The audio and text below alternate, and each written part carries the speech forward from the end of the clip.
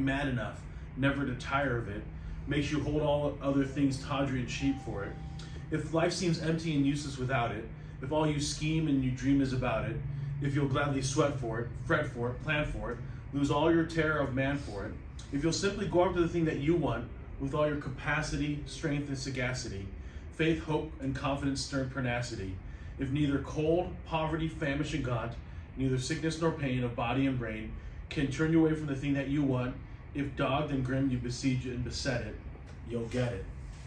And so the most important question to ask at the end of that is the it. What is the it? Do you want to win?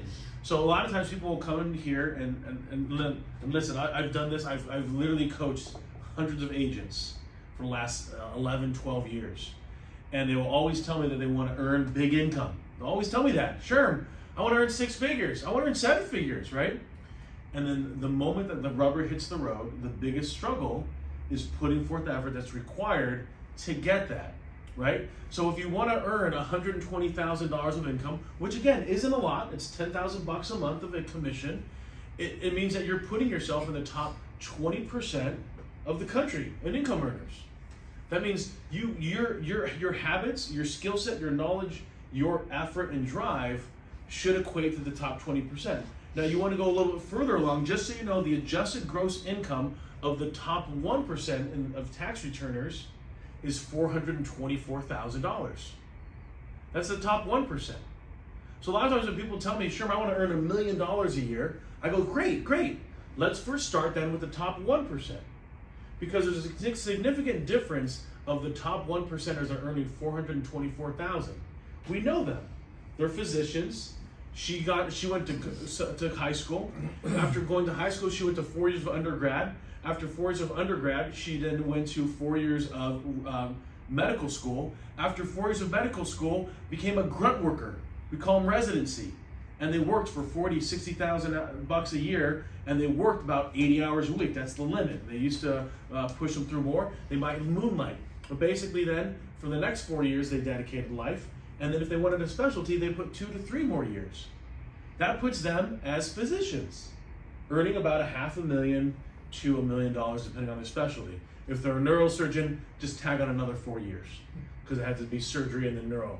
So the reality, what comes down to it, is that we're very familiar with what it takes to be in that top 1%er, right? I don't know if you guys see now they were knocked out for the Super Bowl, the Niners, but did you guys see where Robbie Gould, the Dallas Cowboy cheerleaders are alongside? It's a commercial break, and he's practicing his field goal.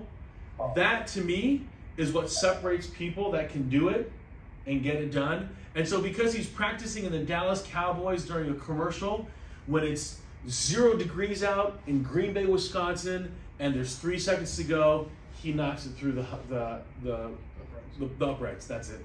I was like, the field goal posts, and he killed the Packers, which is my team, which really just ruined my night.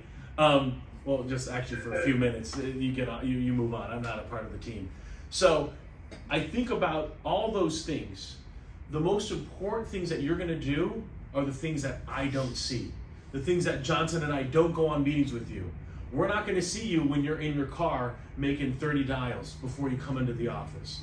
We're not going to see you late at night putting together the client profile in full order to get it to Meredith, or in your case in New York to Vinny. We're not going to see those things. But those are the crucial elements that get you to where you go. A lot of times we see these athletes and we're like, oh wow, it's so amazing that they got there. And if they go and they waste their life by smoking weed or going out and partying or drinking and driving, we think, oh man, what a wasted life. The same thing applies for us. We all have the exact same number of hours.